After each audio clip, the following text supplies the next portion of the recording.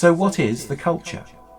The culture is an attempt to take all the good things about human civilization and to try and take out the bad. In the 1960s, a philosopher called Guy Debord called modern life the society of the spectacle.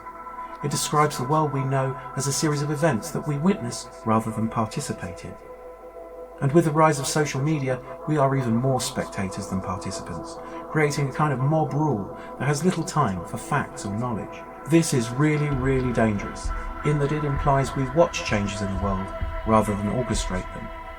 The people who do get to change the world can do terrible things for personal profit, safe in the knowledge that we will just watch them do it, and at most, send an angry tweet.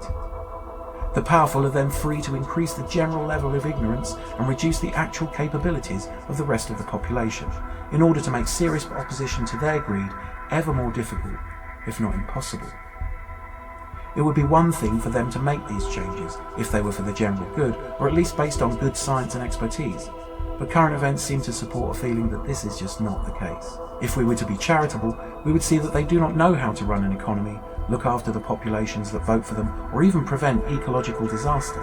If we were to be uncharitable, we might say that they are only interested in increasing their own wealth, and if they did know how to do good, they do not care.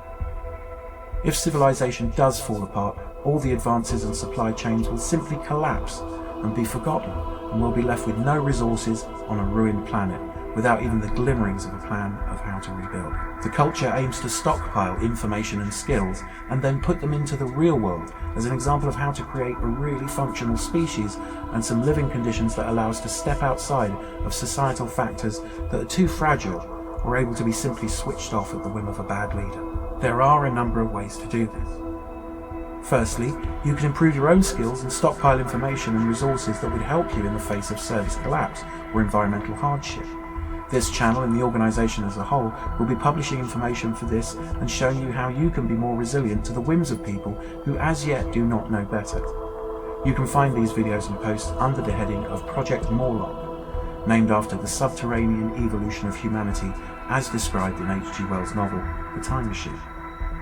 Secondly, we could pool some money and build actual communities as repositories of skills, resources and information where people could live a societally, economically and environmentally resilient life as if they were colonists on an alien world. The more of these we could build, the more we could use any surplus to create yet more outposts of a new civilization. The first few could be constructed cheaply as a result of around 1 million people to put $5 in the hat each. Thirdly, we might be able to create a religion and compete with more destructive organisations based on the idea that it would be a good idea to be worthy of meeting a deity, artificial intelligence, alien species, or even just evolutionarily smarter humans. This spiritual option could also be used to spread the techniques and practices that could slow or halt environmental or societal collapse. It would also mean that we could move freely between outposts and pay little or no tax to most Western countries. Additional benefits would include spiritual unification of a wider group of people. If we are to be of any interest or use to more intelligent beings, which, to be honest, would probably have the ability to simply destroy us if we were to be considered a threat to them, we need to be more unified and useful. To this end, Church of Serve would necessarily be open to people of any faith and none, provided that they accept anyone else who would seek to join. Religions are some of the most powerful organisations on the planet. To ignore how they have effectively governed huge numbers of people is to waste the lessons of faith groups. Finally, we need a library of all the most effective media and ideas selected from wider society. We need recommendations and reviews of useful collections of ideas and harder technical information that can be accessed by anyone. A great library assembled and distributed so no one person would be able to destroy it.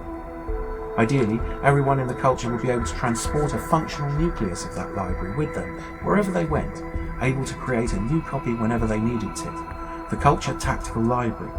A single well-thought-out USB memory stick could be effective enough to rebuild a whole civilization, or at least jump-start it to an effective level of technology. So, 4 steps towards meaningful and beneficial change that can be undertaken without the bloody horror of revolution or persecution.